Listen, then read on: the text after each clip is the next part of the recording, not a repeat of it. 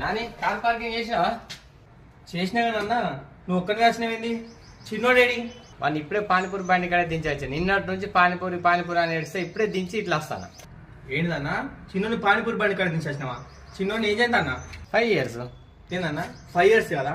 15 years లోపు పిల్లలు ఎవరికైనా కానీ పానీపూరి లాంటి బయట ఫుడ్ బ్యాక్టీరియల్ ఇన్ఫెక్షన్ అయ్యే ప్రమాదం ఉంటుంది. అలా బ్యాక్టీరియల్ ఇన్ఫెక్షన్ అయింది, ఒకసారి ఫుడ్ పాయిజన్ అయింది అంటే వాళ్ళకు వామిటింగ్స్, మోషన్స్ వచ్చి అనారోగ్య పాలవుతారు. అది ప్రాణానికి అపాయం. ఇట్లాంటిది తెలిసి కూడా నువ్వు చిన్నోడిని తీసుకుపోయి పానీపూరి బండి కాడ పడుతున్నావా? చాలా తీసుకురాపోతుందా? అవునా? పానీపూరి తోటి ఇంత ఎఫెక్ట్ ఉంటుందా పిల్లలకు?